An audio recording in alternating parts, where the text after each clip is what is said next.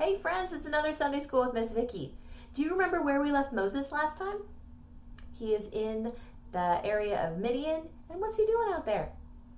He's tending to his father-in-law's sheep. Remember in our last lesson, he was in Egypt, and he saw an Egyptian being really mean to a Hebrew, to an Israelite, and he went and he killed the Egyptian. And instead of sticking around and taking responsibility for his actions, he ran away. He ran to Midian, and he met a woman, and he got married, and they had a baby, and he's living out there. But God's people are in Egypt, and they are enslaved. So let's find out what happens today. We're going to read from Exodus chapter 3, starting at verse 1. Grab your Bible. One day Moses was tending the flock in his father-in-law Jethro, the priest of Midian. He had led the flock far into the wilderness and came to Sinai, the mountain of God. There the angel of the Lord appeared to him in a blazing fire in the middle of the bush. Can you see the bush in the picture? It's right here. Let's set it on fire. There we go. Though the bush was engulfed in flames, it didn't burn up. This is amazing, Moses said to himself. Why isn't that bush burning up? I must go see it. When the Lord saw Moses coming to take a closer look, God called to him from the middle of the bush. Moses, Moses! Here I am, Moses replied. Do not come any closer, the Lord warned.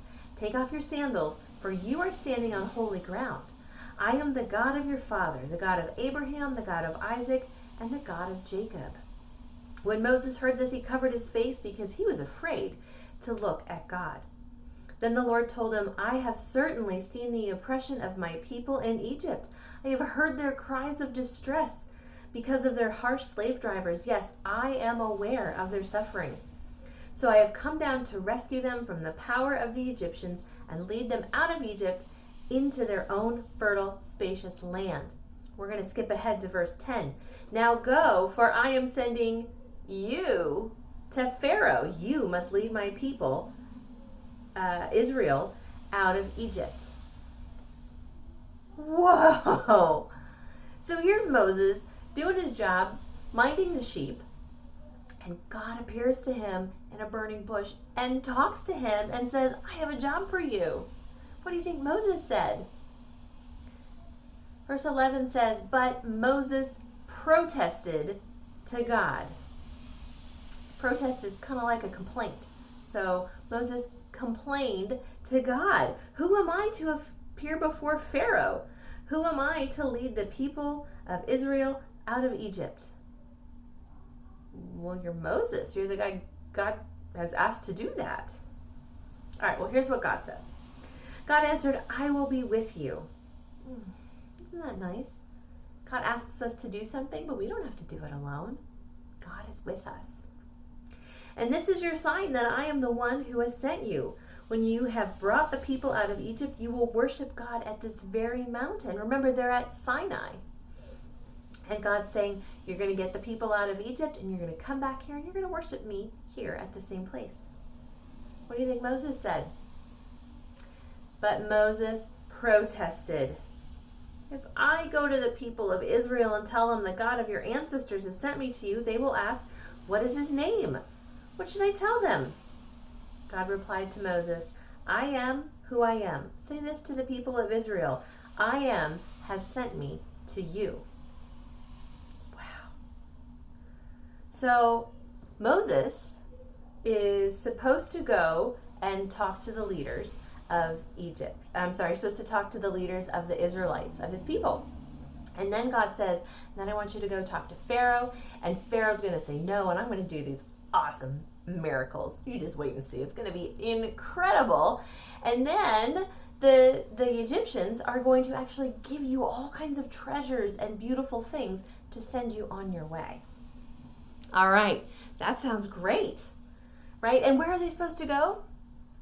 We talked in the last lesson about the covenant that God made with Abraham, Isaac, and Jacob. Remember, Jacob is Joseph's dad. So Jacob is the dad, and then Isaac is the grandpa, and Abraham is the great-grandpa.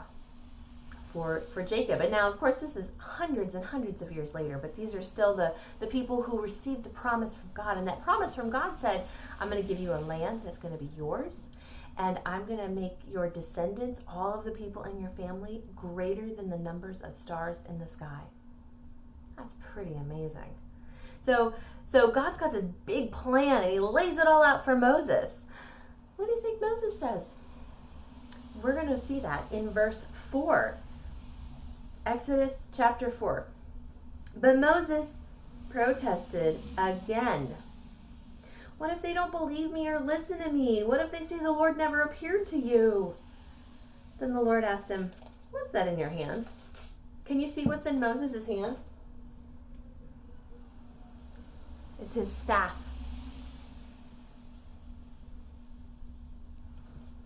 So Moses says, a shepherd's staff. Throw it down on the ground. The Lord told him, so Moses threw it down on the ground. Do you know what's going to happen to it? Let's find out. So Moses threw down the staff, and it turned into a snake. Whew. I don't know. I don't like snakes.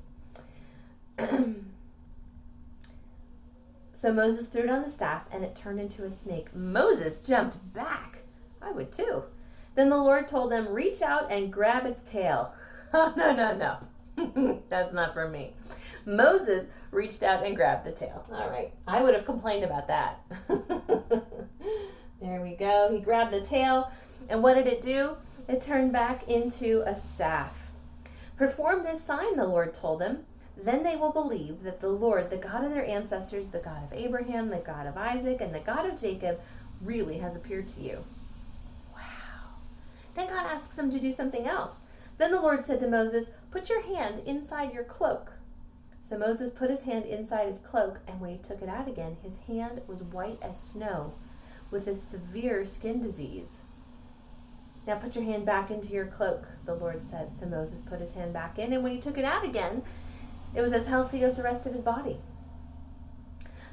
The Lord said to Moses, if they don't believe you and are not convinced by the first miraculous sign, by the snake appearing out of the staff, they will be convinced by the second sign, right? He put his hand in his cloak and it came back out and it had a sickness on it. And if they don't believe you or listen to you even after these two signs, then take some water from the Nile River and pour it on the dry ground. When you do, the water from the Nile will turn to blood on the ground. Wow.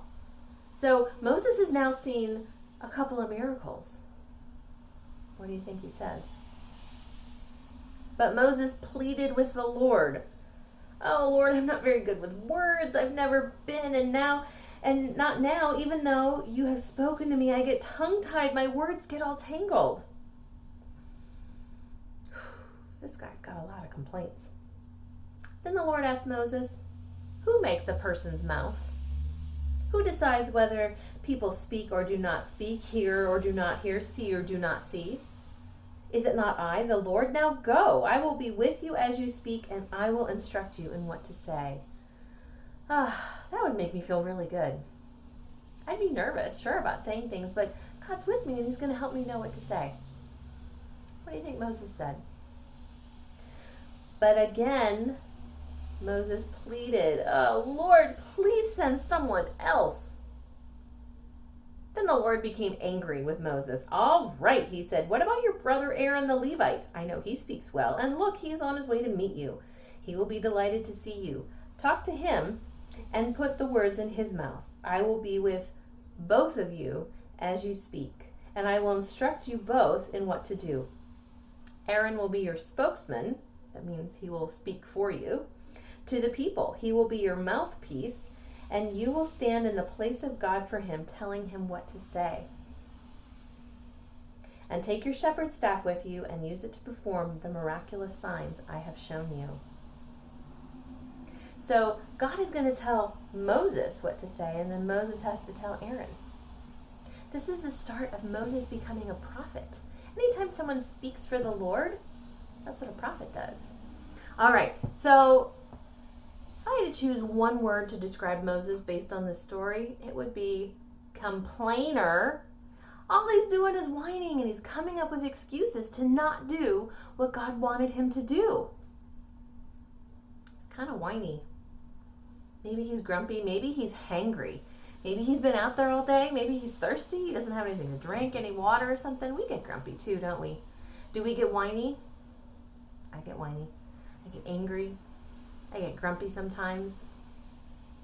But you know what? Even though Moses is showing some kind of ugly things, God's still promising to be with him. That reminds me of our Bible verse that we've been talking about. From Romans chapter 8, verse 38a, it says, I am convinced that nothing can separate us from God's love. Not a grumpiness, not hangry, not whininess can separate us from God's love. He's got a job for us to do. He wants us to go out and he wants us to tell other people about who he is and what an amazing God he is and how he gives us our strength and our courage and our hope. And sometimes we get grumpy. Sometimes we get angry. Even grown-ups do. I can vouch for that. You know what I have to do? I have to apologize when I get that way. I'm really sorry I said that. I haven't had a good breakfast yet. I'm really sorry I'm in a bad mood today. I didn't sleep very well. Okay, and I need to be better. Will you forgive me, please? And I gotta ask God for forgiveness. Does God forgive us? Every single time. And I know I'm going to mess up. I know I'm going to get grumpy. I know I'm going to be in a bad mood. But you know what? Nothing can separate me from God's love. I hope you remember that, boys and girls. God loves you. God made you. And he has an awesome plan for your life. See you next time.